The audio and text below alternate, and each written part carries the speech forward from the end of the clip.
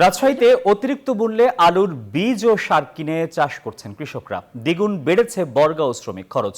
অন্যদিকে বীজ সংকটে মানহীন বীজ রোপণে বাধ্য হচ্ছেন কৃষক। এতে উৎপাদন খরচ বৃদ্ধির আশঙ্কা তাদের। বিস্তারিত জানাতে যুক্ত হচ্ছেন সহকর্মী মতিউর মুর্তুজা।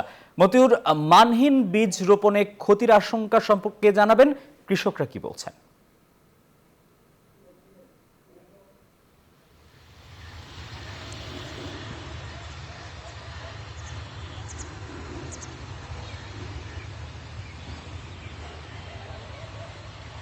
আসিফ টিপু, রাজশাহীতে উচ্চ মূল্যে আলুর বীজ এবং সার কিনে মৌসুমে লোকসানের শঙ্কায় আছেন কৃষকরা জানান যে গতবারের থেকে এবারে আলুর বীজ কিনতে হয়েছে দ্বিগুণ দামে, প্রায় 120 থেকে 140 টাকা কেজিতে আলুর বীজ কিনতে হচ্ছে। এছাড়া সারের প্রতি বস্তাতে প্রায় 200 টাকা অতিরিক্ত দিতে হচ্ছে। এছাড়া শক্তের আরেক নাম, একদম ইউনিক স্ট্রাকচারাল ডিজাইনের কসমিক ডোর, থেকে 50 বছরেরও বেশি। কসমিক ডোর বৃদ্ধি পেয়েছে জমির বর্গা মূল্য এবং শ্রমিকের খরচ।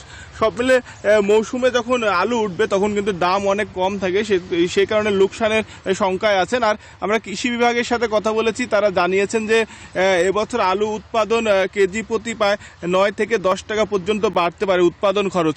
সেজন্য কৃষকরা যেন লোকসানের শঙ্কায় না পড়ে লাভবান হতে পারে, সেজন্য কৃষকদের পরিমিত সার ব্যবহার এবং সার ব্যবহারের পরামর্শ দেওয়া হচ্ছে এবং সেই সাথে যেন কৃষক মাত্রাতিরিক্ত কোনো খরচ না করে সেই বিষয়ে কৃষকদের পরামর্শ দেওয়া হচ্ছে।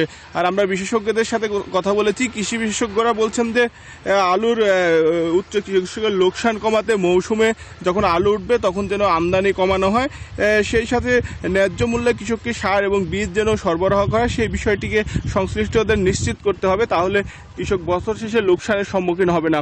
এছাড়া যারা আলু চাষি যারা রয়েছেন তারা আমাদেরকে বলেছেন যে তারা যে খরচ যেটা বেড়েছে সেই বিষয়টা বিশেষ করে সারের ক্ষেত্রে যদি কৃষি বিভাগ গুরুত্ব দেয়, তারা যদি ন্যায্য মূল্যে সার নিশ্চিতভাবে হাতে পান, তাহলে উৎপাদন খরচ আরও কমবে এবং লোকসানের সংখ্যাও কিন্তু কমবে।